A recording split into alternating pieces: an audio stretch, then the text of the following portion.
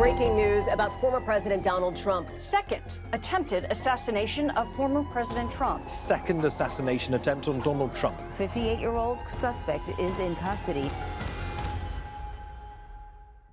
Hello and welcome to The Nexus. Today we're looking at the second attempt to assassinate Donald Trump just 7 weeks before the election in November. The former president was playing golf on his own golf course on Sunday, and no one was supposed to know he was there. And yet a gunman was laying in wait for some 12 hours armed with a rifle and a camera.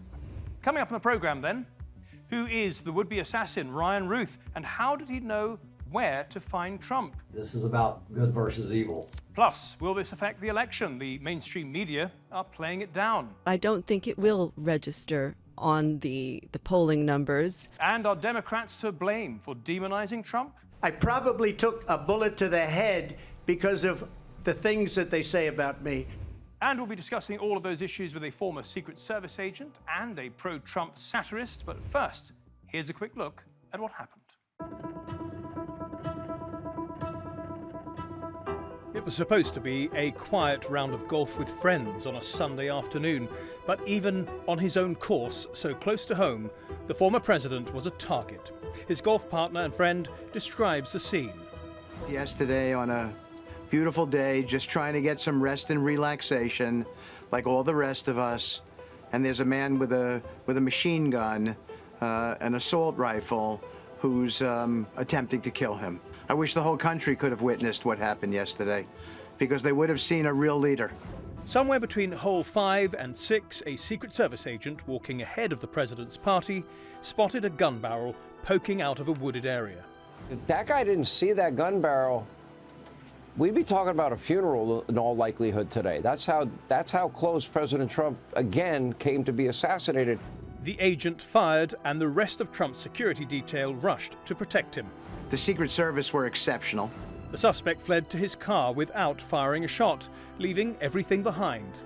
In the bushes where this guy was is an AK-47 style rifle with a scope, 2 backpacks which were hung on the fence that had ceramic tile in them, and a GoPro. A witness snapped the suspect's number plate, and within a few minutes, local law enforcement arrested him on the roadside. 58-year-old Ryan Wesley Ruth spent most of his life in North Carolina, but now reportedly runs a small business in Hawaii. His son, Oran, told a British newspaper that his father hates Donald Trump, as, quote, all reasonable people do. But he said his father is not a violent person. I've never known him to own a gun, he said. He's a hard worker and a great dad. He wouldn't do anything crazy. His son may think that, but over the past few years, his father has been up to some very unusual activities involving Ukraine, Iran, the New York Times, the Democratic Party, and even Afghan fighters. He frequently posted his support for Ukraine and even visited Kyiv just months after Russia invaded in February 2022, offering to fight on Ukraine's side. He was rejected as too old, but encouraged others to join the war. Putin is a terrorist, and he needs to be ended, so we need everybody from around the globe to stop what they're doing and come here now and support the Ukrainians to end this war.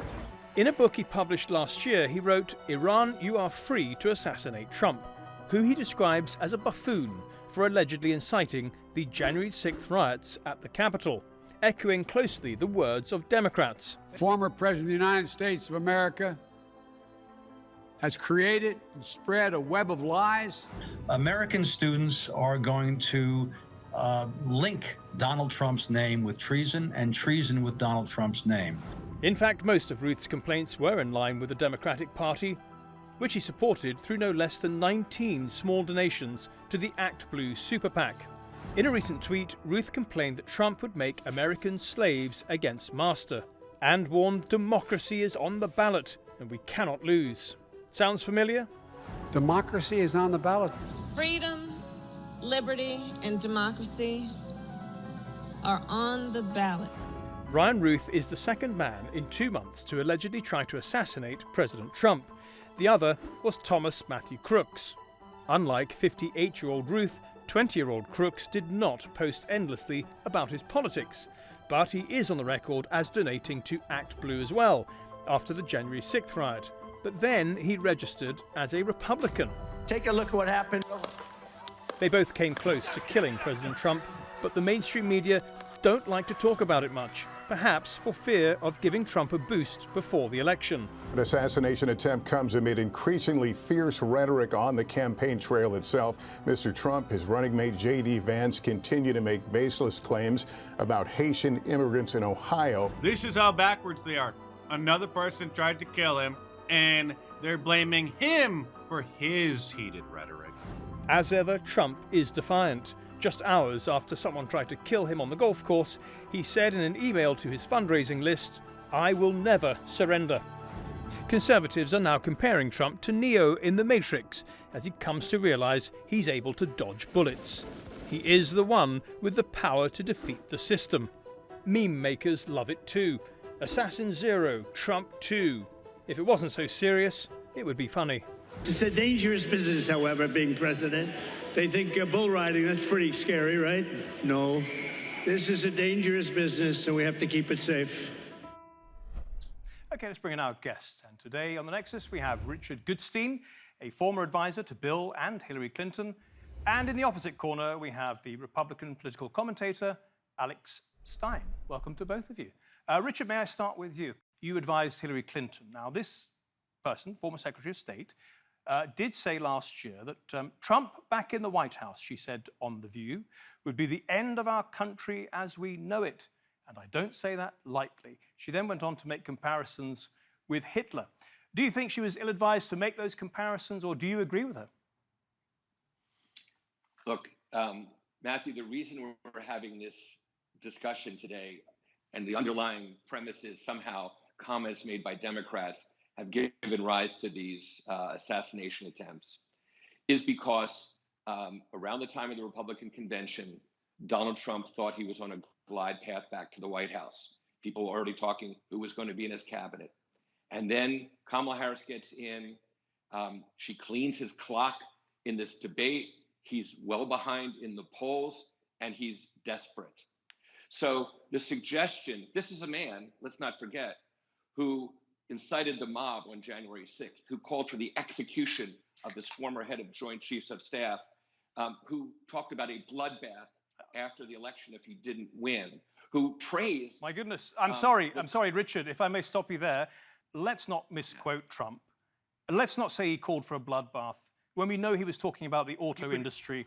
Let's talk about what I asked you, which is Hillary Clinton, when she said it would be the end of our country as we know it, was she ill-advised to say that, or do you agree with it? I think the United States democracy is at risk. Let's not kid ourselves. Trump 20 times since Kamala Harris has gotten in has said exactly the same thing about her. Hillary Clinton, as you know, is not running. Kamala Harris is, and Trump calls her a Marxist, fascist, communist, okay?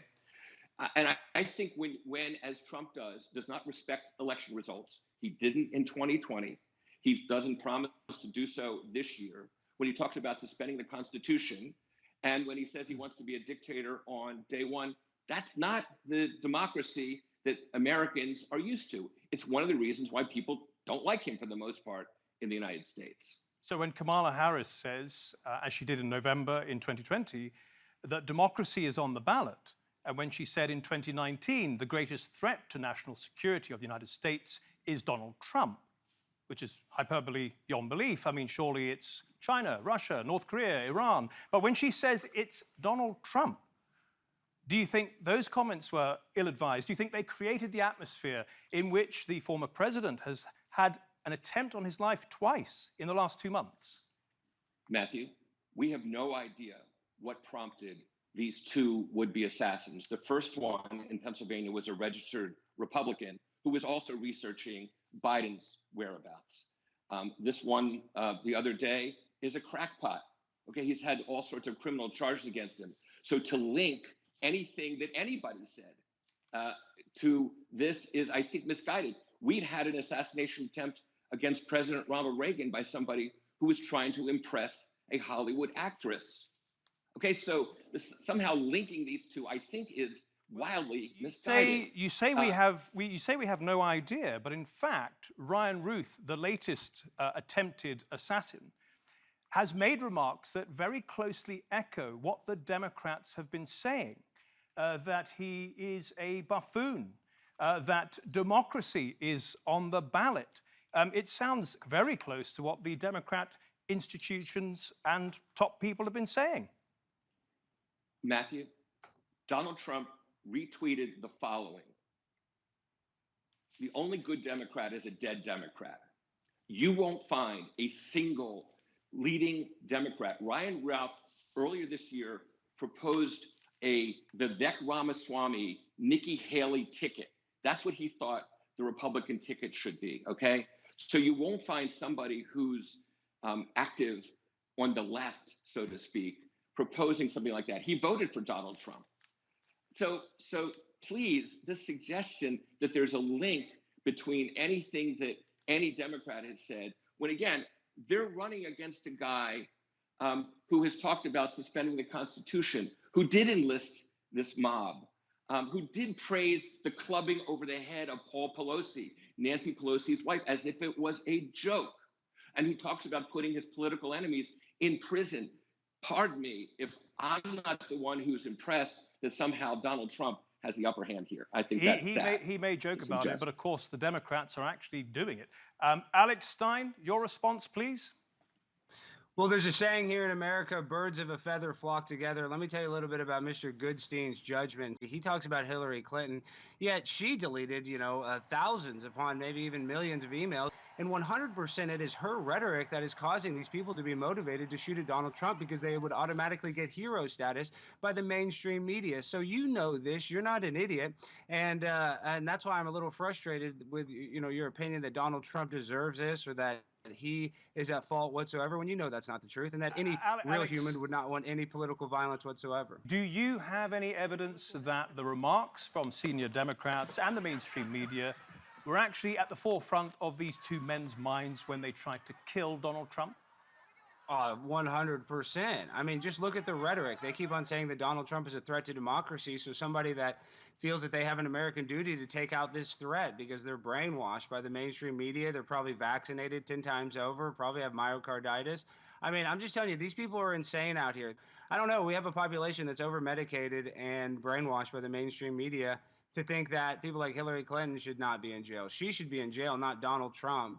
That's a fact. Okay, Richard Goodstein, the fact is the Democrat Party have said pretty much to a man that Donald Trump is a threat to democracy. And what Alex is saying is that people will infer from that it is their patriotic duty to stop Trump any way they can.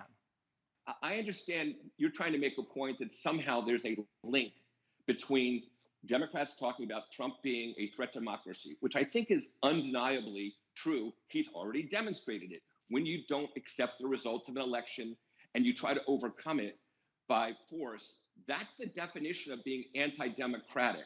So this is really not debatable, right, Matthew?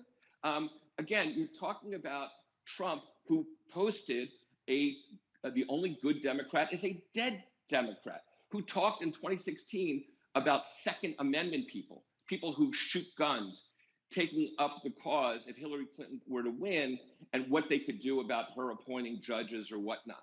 So, sorry, you will be hard-pressed to find a single leading Democrat saying anything like that. This kook in Florida and this guy who got shot in Pennsylvania, we have no idea what motivated them. They poured over his emails and phone and everything, the guy in Pennsylvania, and found nothing whatsoever to link him to this. But if you're happy putting on some goon who's going to be talked the way Alex does, go right ahead. Alex, the bottom line here is that what the Democrats are saying, and Richard has articulated so concisely, is that Donald Trump has brought it upon himself with his own rhetoric.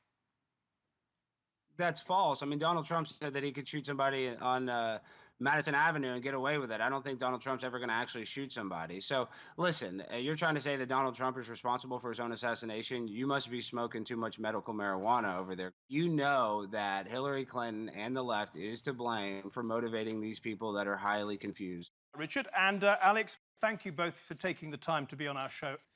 Well, let's look at the security side of this story now. And there's some debate about whether Trump's Secret Service detail is adequate. Here's Sheriff Rick Bradshaw. How was this able to happen? And for future reference, there any up security of the golf course?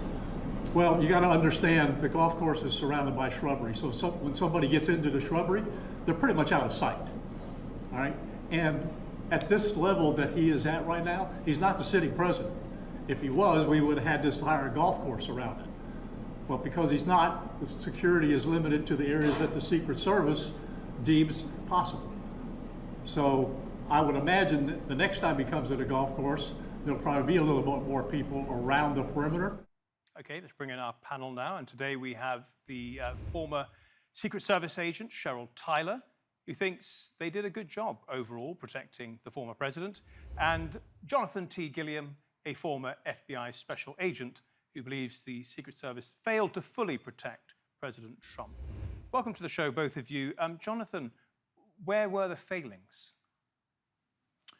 Well, I think the main failing that these two different assassins in Pennsylvania and in Florida has been the outer perimeter, which leads me to look at the overall threat assessments that the advance is doing and the standard operating procedures they have in securing the perimeters.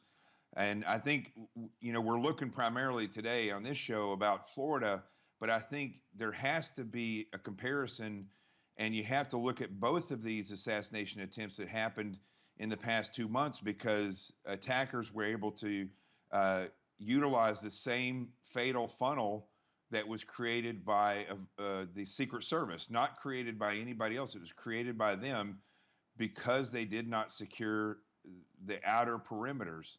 And I think that's with two different directors, and the acting director took over as the director after the first assassination attempt and didn't change the actual main vulnerability that the first assassin took advantage of. So I find that very puzzling, and from a leadership standpoint on who's signing off on these threat assessments and these advances should come under heavy question why they did not change that in Florida after what had occurred, the abysmal failure of that threat assessment had occurred in Pennsylvania. Cheryl, do you accept that there is a vulnerability left there, despite what happened in Pennsylvania, at the perimeter? Two different situations, two different scenarios. Pennsylvania, totally agree. It was a failure on the Secret Service's part, just invisibility. I can't speak for them, but yes, that was a failure. In Florida, which was not a scheduled, on the president's schedule, former president's schedule to do, when you do an off the record, which many people don't understand, and I'm not saying Mr. Gilliam doesn't understand, but when you do an off the record movement, there is no way that you can do a full security assessment on some place that you don't know you're going to until the protectee tells you 10 minutes out, I want to go play golf. One of the local law enforcement officers said it's very suspicious that Ryan Ruth would know where the president is going to be when it wasn't publicly scheduled. What does that tell you, Cheryl? That tells me that this individual, and like many other people know, that's the golf course of choice for the former president. They're going to sit there, and I know this sounds strange to people, but yes, he sat there for 12 hours. How many days had he been there? We don't know yet, and we may never know. The general public may never know. Who knows that he's cased the place 3, 4, 5 times a week? We don't know. Will that information come to us as the public? Maybe, maybe not. I don't know. Jonathan, so he could have been there a long time. Jonathan, a local law enforcement officer, said that the fact that he, knew to wait there for 12 hours for the former president made him suspicious that there could be a bigger conspiracy. Does that worry you? It does worry me, and I'll tell you, I appreciate everything Cheryl's saying. I think that where we're looking at these things differently is that we both have experience doing protection details. I've worked around the Secret Service quite a bit at the United Nations. I was the FBI rep in New York for several years and worked closely with the Secret Service, not only in their movements, but also setting up different communications and different emergency lines that the UN didn't have that we could use, which you didn't see utilized in Pennsylvania. But I think the difference in where we're coming at here is that I'm looking at this from an overall, the totality of the circumstances of each one of these things. So I'm looking at things as Cheryl's talking. I understand exactly what she's saying when it comes to basically like these hasty stops. But this golf course in particular is the main golf course that Donald Trump plays on. He literally goes there all the time to play golf. And the place where the assassin was set up was the closest that you can get to the green or to the fairway from the road. It's literally 20 feet into the trees. And so I think a large part of this is not just in the Secret Service failure, but also in local law enforcement, because what occurs is that's really their property. That outer perimeter belongs to the city, that, or at least the authority of securing that. The Secret Service may walk around, they may say, we want this secure, we're going to put a guy here, or they may say, we want you to put somebody in this location. And if the Secret Service doesn't, it doesn't mean that the local law enforcement doesn't have the authority to do that. If they know that Donald Trump is going to be in a location like that golf course on an almost weekly basis, then they should have a standard routine of checking the tree line before he even gets there. And so that was not done. That particular area was not checked at all. And it wasn't discovered until that one Secret Service agent who was one fairway ahead actually spotted him. And this is also where I think that the failure in standards come from, not from what the Secret Service agent did, but the fact that that hole is within the max effective range of the weapon that the shooter was using. Had he been able to get a bead on Trump, he could have taken an effective shot with that rifle. So the fact that he sat there for 12 hours and we know that Trump goes there every week and nobody checked that as he came through there. It wasn't like he came through there and went straight to that hole. He had already played 5 holes. He had been there for a considerable amount of time. There's much less security surrounding some of these individuals now. I remember when Ronald Reagan came through the city, they practically shut the whole city down when he came through.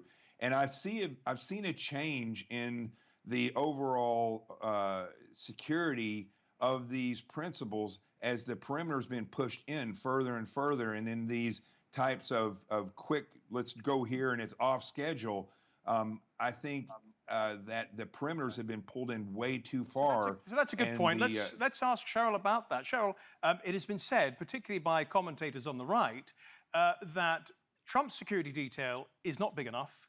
It's actually too small, which is putting him at risk. And indeed, Sheriff Rick Bradshaw, we heard from him, and he said, well, he's not the sitting president, so he doesn't get the same level of security. Do you think that Trump's security detail is big enough? The biggest challenge the Secret Service has right now, and it's no secret, is that this is the personnel. They don't have enough agents, and it's not like you go out there and all of a sudden start hiring people, and all of a sudden you're an agent and you're going to be on the detail. No, it doesn't work like that. They need more personnel. Jonathan, there are people online who are speculating, worried that there'll be another attempt on Trump's life. I think they can be forgiven for thinking that. Yeah, I've even been very speculative myself. I believe that the political atmosphere that we're in, especially with Trump, there's been many people that have said they want him taken out. They want him eliminated. There's been people that actually said they would have liked for the first assassin to have actually killed him. And I think with this atmosphere that we're in, I fear for Donald Trump's life, and I think that the Secret Service has to tighten up in these outer perimeters, because there's still, I think, 49, 48 days left, and he's had 2 assassination attempts in the past 2 months.